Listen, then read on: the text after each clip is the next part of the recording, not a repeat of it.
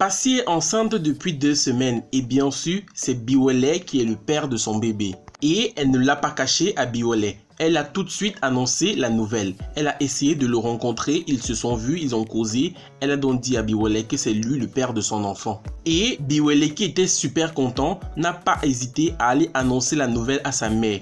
En entendant cela, sa maman n'était pas super contente car elle demande à Biwole s'il n'est pas sûr qu'entre-temps, Passy a couché avec d'autres hommes. Mais celui-ci rassure sa mère en disant à celle-ci qu'il est sûr que ce bébé est également le sien.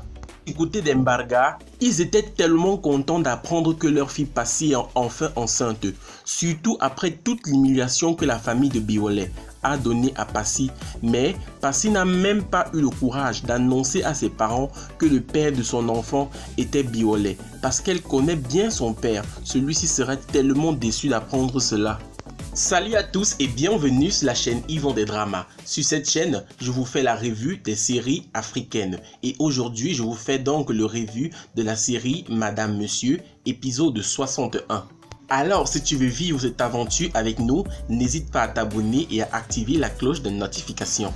Même si Passy n'a pas eu le courage de dire la vérité à ses parents, elle est quand même allée voir sa petite sœur Alice et lui a dit que le père de son enfant, ce n'est personne d'autre que Biwole. Et vous connaissez très bien Alice, elle n'aime pas du tout, mais alors pas du tout Biwole. Alice fait donc comprendre à sa sœur Passy qu'elle ne doit pas du tout l'aider à dire à leurs parents que le père de son bébé est Biwole. Parce que de base, si Passy est venue pour voir Alice, c'était pour qu'elle l'aide à annoncer cette nouvelle à leurs parents. Mais puisque Alice n'aime pas Biwole, elle ne va donc pas aider Passy. Biwole a annoncé la nouvelle à sa mère et à sa sœur séparément. Et sa sœur Sandrine a donc su que Passy était enceinte. Elle est donc passée plus tard chez son frère pour le féliciter. Et Sandrine était super contente pour Biwole et pour Passy. Elle a donc dit à son frère: je suis super contente que Passy soit enceinte de toi. Et comme par magie, lorsqu'elle prononce cette phrase, Karine entre donc dans la salle et elle comprend cela. Et vous connaissez bel et bien Karine. Elle devient super vénère et super fâchée. Quelle est la femme qui est enceinte de toi? Ça ne te regarde pas. Tu attends un enfant chez notre femme et tu oses me dire que ça ne me regarde pas? Écoute Karine, je suis désolé que tu aies suivi notre conversation, mais je ne souhaite pas parler de ça avec toi. Biwole, tu crois que je suis en train de blaguer avec toi? Tu me trompes? Laisse-le. C'est quelle façon de travailler ton mari ça? Tu vas me dire avec qui tu as fait la... J'ai demandé de laisser mon frère. Ne te mêle jamais de mes problèmes conjugaux. Que ce soit la toute dernière fois, est-ce que tu as compris? Ouais, calmez-vous non, qu'est-ce qu'il y a? Je ne me calme pas. Tant que tu me donnes pas le nom de la femme que tu as enceintée. C'est donc comme ça que Sandrine préfère dire tout de suite à Karine que la personne qui est enceinte de Biwole n'est personne d'autre que Passy. En entendant cela, Karine devient super vénère et elle se met à gifler son mari et sa belle-sœur. On constate également que Biwole se laisse faire parce que Karine a osé le gifler comme ça juste parce qu'il enceintait une autre femme et il n'a osé rien faire. Or, si c'était Passy qui était dans la même situation, il serait mis à tabasser celle-là et à la gronder comme un enfant. En tout cas, dites-moi ce que vous en pensez dans les commentaires. Ne pensez-vous pas que Biwole se laisse faire, que Karine abuse vraiment de lui, qu'il a vraiment peur de sa femme Karine? De l'autre côté, dans la maison de Austin, tout se passait déjà bien pour lui et c'est pour sa femme Karine. Ils étaient déjà tellement contents et essayaient déjà de choisir un nom pour leur enfant à venir. Et puis boum, la Tisa d'Austin ne veut toujours pas lâcher l'affaire. Elle a donc donné un petit rendez-vous à Austin dans un coin de la rue. Car elle veut déclarer sa femme une nouvelle fois à Austin.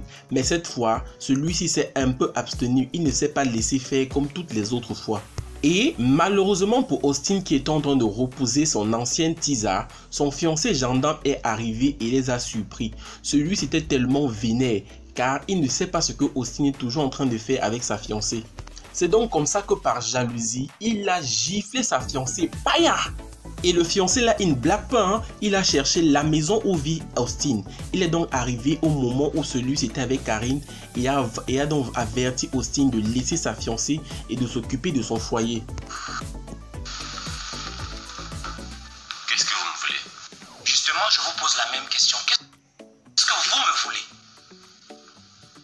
Comment avez-vous retrouvé ma maison? Sachez que vous n'êtes pas caché. Je suis venu vous demander de laisser ma fiancée tranquille. Regardez, vous avez fondé votre foyer, mais permettez aux autres de faire faire pareil? Excusez-moi, on parle de qui? On parle de ma fiancée Elvira. Mais c'est de l'histoire ancienne. Et puis c'est votre fiancé qui harcelait mon mari. Maintenant il a coupé les ponts, hein? C'est ce que je croyais aussi jusqu'à ce que je l'ai su première en amoureux. Quoi? Non, on n'est pas en amoureux. Elle m'a abordé et s'est mise à me harceler. C'est de raconter des balivernes. Ah bon? Donc ce sont des balivernes que je raconte. Je suis venu vous mettre en garde devant votre épouse. Malheur à vous si je vous vois encore avec ma fiancée. Ce jour-là, vous saurez qu'on ne prend pas la chose de n'importe qui. Regardez-moi son gros nez.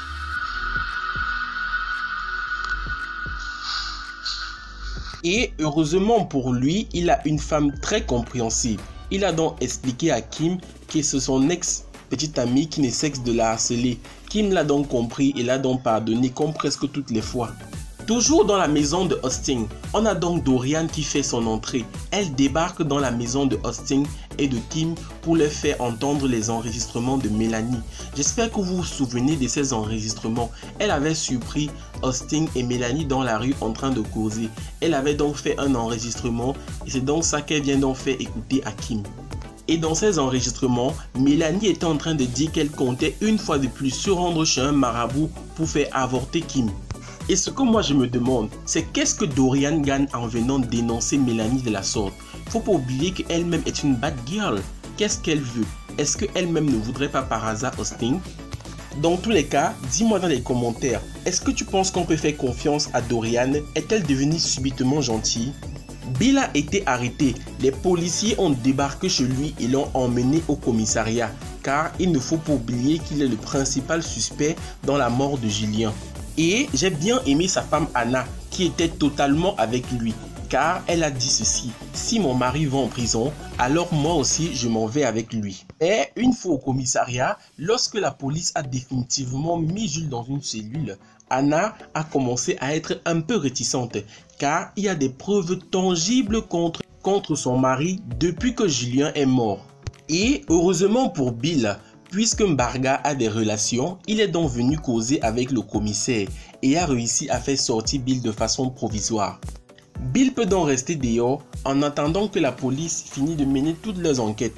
Depuis que Julien est mort, tout le monde a peur, même le papa de Sophie qui nous révèle que tout l'argent que Julien lui avait donné, il n'a jamais dépensé cela. Il avait précieusement conservé cet argent dans le même enveloppe, exactement comme Julien lui avait remis. Puisqu'il avait toujours suspecté Julien, il n'a même pas osé dépenser cet argent. Ah, nos papas africains, gardez l'argent ainsi, l'argent qui est fait pour être dépensé. En tout cas, qui n'a pas peur de la mort? Mais comme dans une famille, tout le monde n'est pas réfléchi, c'est Béa qui est en train de stresser grave. Parce que tout l'argent que Julien lui a remis à chaque fois, celle-ci lui a dépensé cet argent jusqu'au moindre centime, car elle est très dépensière. En tout cas, le papa de Sophie qui a conservé tout l'argent que lui a remis Julien a été très malin. Espérons que cet argent lui serve peut-être bien un jour. Pensez-vous que les hommes qui en veulent en Julien viendra également pour s'attaquer à la famille de Sophie, connaissant que Julien les a donné beaucoup de bien? Vous n'allez même pas me croire. Est-ce que vous savez que Amidou est venu présenter sa très belle femme à la famille Barga? Et moi qui croyais que toutes les affaires de mariage d'Amidou c'était juste une blague, qu'il voulait rendre Pulchérie très jalouse, mais il veut bel et bien se marier avec sa tendre fiancée. Et lorsque Pulchérie les a vus, celle-ci était tellement déçue. Oh mon Dieu, l'amour de sa vie est parti devant elle. J'avais tellement pitié d'elle. En tout cas, ça va apprendre à Pulchérie car elle aime tellement Amidou, mais elle joue la dure, comme si son cœur ne battait pas pour lui. Arnold qui aime tellement Alice a donc pris la décision de venir présenter celle-ci à son père. Et comme il s'y attendait bien, son père lui a régné. Oui, il a été bel et bien excommunié. Mais bon, Arnold s'attendait donc à cela, puisqu'il savait qu'en épousant Alice, il sera excommunié. Quel avenir donc pour lui? Va-t-il créer sa propre église pour devenir pasteur à son propre compte? En tout cas, ça va clouer le bec à Marie-Thérèse, car maintenant Arnold et Alice sont bel et bien mariés. Voilà donc un peu le résumé de l'épisode 61 de votre série Madame Monsieur. En tout cas, moi j'ai hâte de savoir comment les parents de Passy vont réagir lorsqu'ils vont savoir que leur fille est enceinte de Biwole. Dites-moi en commentaire ce que vous en pensez. Également le cas de Biwole et de sa soi-disant femme. Ne pensez-vous pas qu'il est temps Biwole de chasser celle-là dans sa maison et de rester avec sa bien-aimée Passy? Dites-moi également en commentaire. On se retrouve très bientôt pour l'épisode 62.